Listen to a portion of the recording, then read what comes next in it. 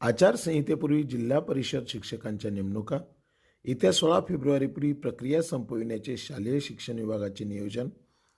लोकसभा निवडणुकीची आचारसंहिता फेब्रुवारी अखेर जाहीर होण्याची शक्यता आहे. त्यामुळे जिल्हा परिषदांकडून वेळेत पवित्र पोर्टलवर जाहिराती अपलोड होणे आवश्यक असून त्यासाठी 5 जानेवारीपर्यंत मुदत असणार आहे. त्यानंतर उमेदवार प्राधान्यक्रम देतील. 16 फेब्रुवारीपूर्वी त्यांना नेमणुका दिल्या जाण्याचे शिक्षण विभागाचे नियोजन आहे. त्यामध्ये रिक्त पदं 55,000 ते 57,000 आहेत, हे आता आपण बघितलं. त्यामध्ये 80% पदे भरणार हे सुद्धा आपण आता बघितलेलं आहे. तत्पूर्वी 25 डिसेंबरपर्यंत आंतरजिल्हा बदलीची प्रक्रिया पूर्ण होणार आहे.